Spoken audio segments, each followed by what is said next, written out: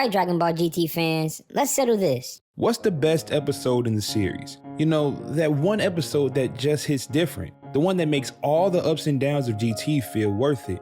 I've got my pick, and I think yours is the same. So in this video, I won't be deciding between 4 episodes for the best in GT, but instead, I'll explain how episode 64 is the best of Dragon Ball GT without a question.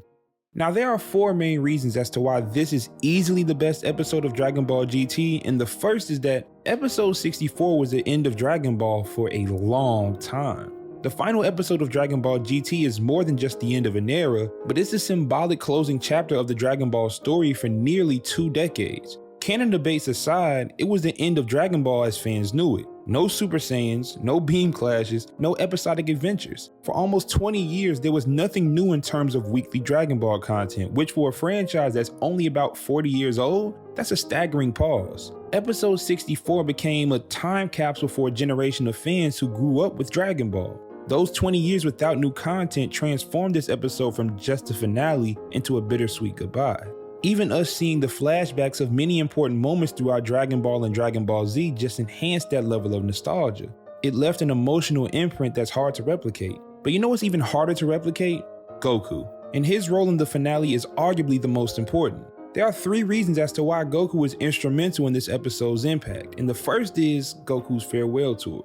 Now, he didn't literally go to see everybody, but he saw those that were the most important, the ones that were instrumental in his journey. He shared a moment with Pan, the next generation of Saiyan adventurers like him. He shared a moment with Vegeta, the rival that changed his life. Seeing Goku check in on Krillin, his oldest rival turned best friend, and share one last sparring moment encapsulated their lifelong bond. Visiting Master Roshi, the man who first trained him, reminded viewers of how far Goku had come from that wide-eyed kid with the power pole. Even flying over Yamcha, Tien, and Chaozu were nods to Goku's journey. And then last but not least, shaking hands with Piccolo and just disappearing.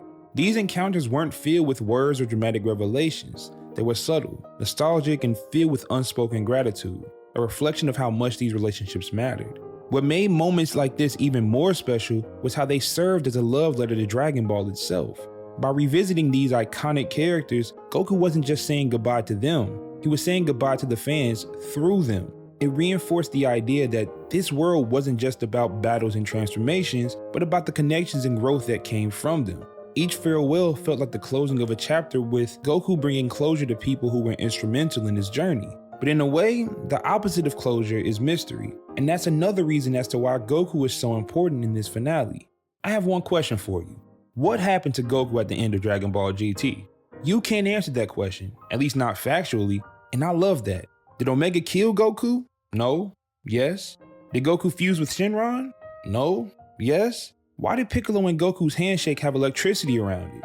I don't know. And guess what? You don't either. This sense of the unknown has helped Dragon Ball GT live on forever. In a weird way, this kept the conversation for GT wide open while simultaneously offering some closure as well. And on the topic of closure, that is the last reason as to why Goku makes episode 64 the best in GT. This episode brought closure for the character of Goku. Goku's decision to leave at the end of Dragon Ball GT rather than die gives his character true closure. Throughout the franchise, Goku has always been the glue holding the world of Dragon Ball together, the one who rises to every challenge, shoulders every burden, and saves the day no matter the cost. By leaving with Shenron, he essentially steps out of the narrative. His work is done.